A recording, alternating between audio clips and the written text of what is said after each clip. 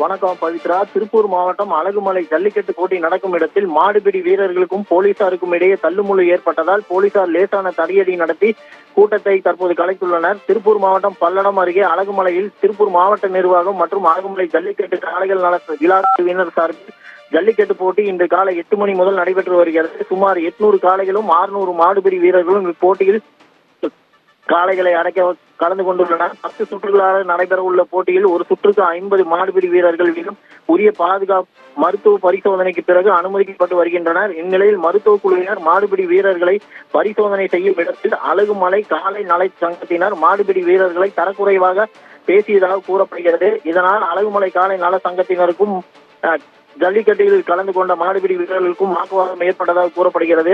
இதையடுத்து பாதுகாப்பு பணியில் ஈடுபட்டிருந்த போலீசார் அவர்களை தடுக்க முயன்ற போது போலீசாருக்கும் மாடுபிடி வீரர்களுக்கும் இடையே தள்ளுமுள்ளு ஏற்பட்டது. இதையடுத்து மாடுபிடி வீரர்கள் மீது லேசான தடியடி நடத்தி போலீசார் கூட்டத்தை ஒழுங்குபடுத்தினர். கடந்த 3 ஆண்டுகளுக்கு முன்பு ஜல்லிக்கட்டு நடைபெற்ற போது போதிய பாதுகாப்பு செய்யாமல் ஜல்லிக்கட்டு காளைகள் நல சங்கத்தினர் நடத்தியதன் காரணமாக போலீசாருக்கும் பொதுமக்களுக்கும் இடையே தள்ளுமுள்ளு மற்றும் கைகலப்பு ஏற்பட்டது. இதன் காரணமாக கடந்த 2 ஆண்டுகளாக ஜல்லிக்கட்டு போட்டி திருப்பூர் மாவட்டத்தில் நடைபெறவில்லை என்பது குறிப்பிடத்தக்கது. பவித்ரா, விவரங்களுக்கு நன்றி ஜெரி.